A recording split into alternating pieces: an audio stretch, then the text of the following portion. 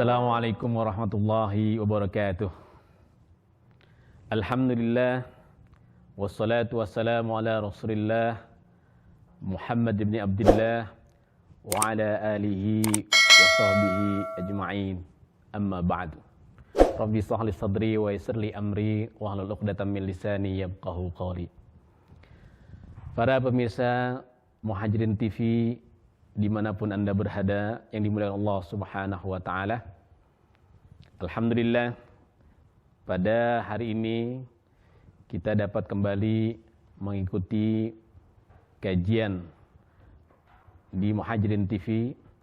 Mudah-mudahan kajian kita pada kesempatan kali ini diberikan kemuliaan Allah Subhanahu wa Ta'ala dan juga diberikan kemudahan oleh Allah untuk kita bisa memahami dan juga bisa mengamalkan dalam kehidupan kita sehari-hari. Para pemirsa yang Allah Subhanahu wa Ta'ala, pada kesempatan kali ini insyaallah kita akan membaca satu buah hadis Rasulullah sallallahu alaihi wasallam yang dikutip oleh Imam Nawawi rahimahullah taala dalam kitab beliau, itu Arba'in An-Nawawiyah, yang insyaallah akan kita baca insyaallah hadis yang ke-21 terkait dengan al-istiqamatu wasiyatul jami'ah. Terkait dengan istiqamah, itu adalah wasiat yang sangat universal yang disampaikan Rasulullah sallallahu alaihi wasallam. Bismillahirrahmanirrahim. An Abi Amrin wakil Abi Amrah Sufyan bin Abdullah radhiyallahu anhu qala qultu ya Rasulullah qul li fil islami qawlan la as'alu anhu ahadan ghairak. Qala qul amantu billah summa istaqim. Rawahu Muslimun. Hadis ini diriwayatkan oleh Abi Amr dan juga dikatakan Abi Amrah Sufyan bin Abdullah radhiyallahu anhu. Beliau berkata, aku bertanya kepada Rasulullah sallallahu alaihi wasallam, qul li fil islami qawlan, katakanlah kepadaku tentang Islam satu perkataan yang saya tidak akan bertanya kepada seorang pun selain kepada engkau. Qala, kemudian Rasulullah SAW menjawab, qul, katakanlah, amantu billah summa istaqim. Katakanlah, aku beriman kepada Allah summa istaqim, kemudian istiqomahlah.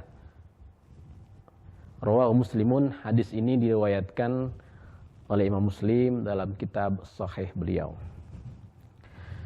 Hadis ini meskipun singkat namun menjelaskan sesuatu yang sangat universal. Hadisnya ijaz atau ringkas namun mempunyai makna yang sangat luas yang ingin disampaikan Rasulullah SAW khususnya kepada sahabat yang bertanya dan umumnya kepada seluruh sahabat dan umat Rasulullah SAW. Sahabat ini bertanya tentang satu pertanyaan kepada Rasulullah SAW terkait dengan satu pertanyaan sangat penting, yaitu beliau minta kepada Rasulullah SAW agar dijelaskan tentang Islam, yang ketika nanti dia mendapatkan jawaban itu, dia tidak perlu lagi bertanya kepada orang lain. Artinya satu jawaban yang dapat memuaskan dalam dirinya. Karena itu maka ketika beliau bertanya, seorang sahabat ini mengatakan kepada Rasulullah SAW, ya Rasulullah, sampaikan kepada aku satu penjelasan tentang Islam yang ketika engkau memberikan penjelasan itu, saya tidak lagi bertanya kepada orang lain. Artinya sudah merasa terpuaskan dengan jawaban dari Rasulullah SAW. Dan Rasulullah menjawab dengan pernyataan atau dengan hadis yang sangat singkat.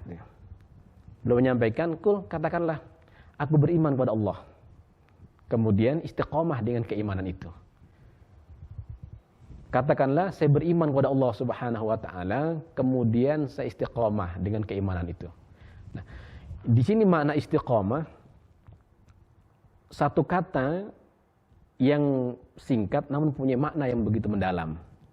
Maka kalau kita ambil bahasa dari sisi bahasanya atau akar katanya, istiqomah dari kata qoma, qoma yakumu, yang kemudian ditambah dengan 3 huruf, alif, sin, dan ta. Jadi istaqoma.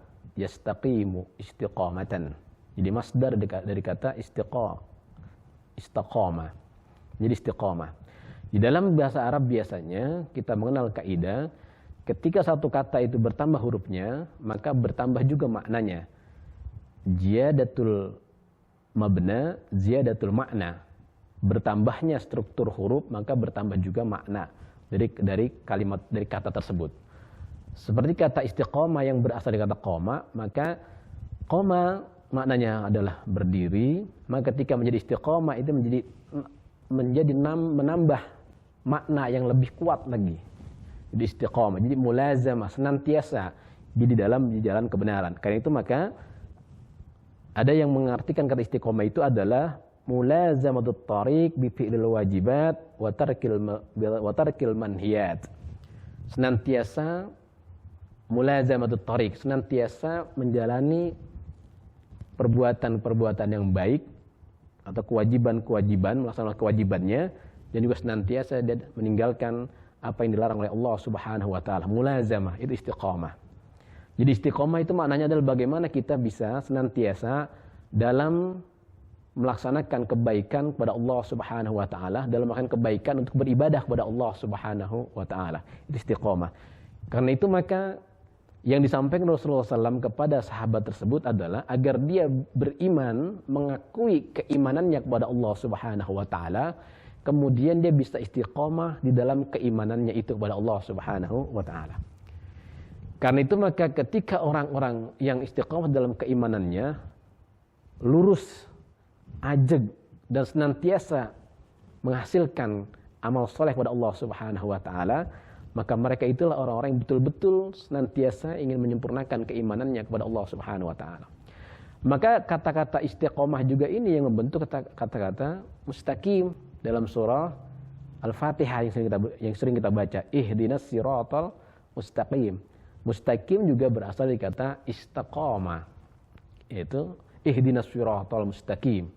Berikanlah kepada kami jalan yang lurus. Nah, jadi ketika orang istiqamah itu sudah senantiasa lurus di dalam mengikuti jalan-jalan menuju kepada Allah Subhanahu wa taala.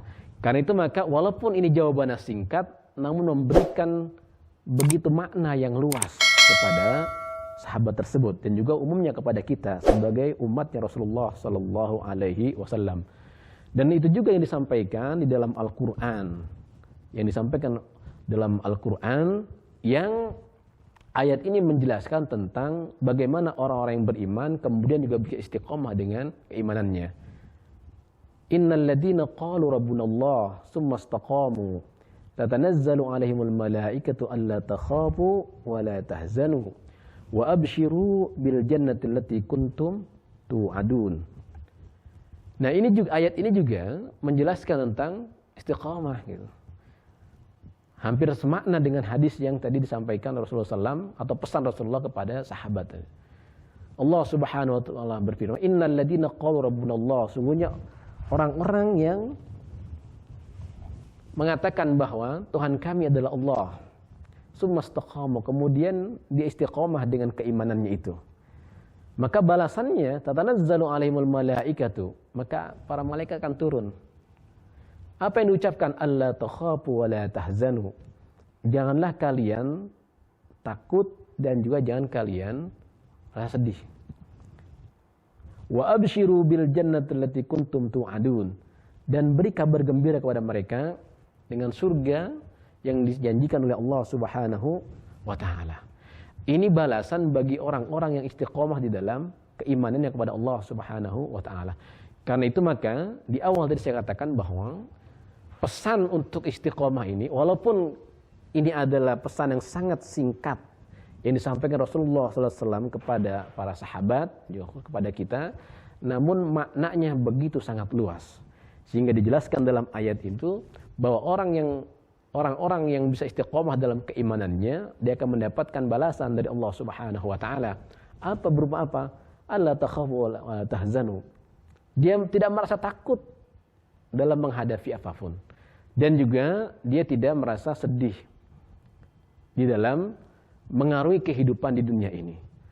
Wa absyiru bil jannati allati kuntum tu'adun, dan beri kabar gembiralah kepada mereka dengan surga yang dijanjikan oleh Allah Subhanahu wa taala. Dan inilah apa yang disampaikan atau wasiat yang disampaikan Rasulullah SAW kepada para sahabat. Karena itu maka dari hadis ini kita mendapatkan beberapa kesimpulan yang bisa kita ambil atau beberapa pelajaran yang bisa kita ambil. Yang pertama adalah bagaimana para sahabat itu keingintahuan yang luar biasa dari para sahabat.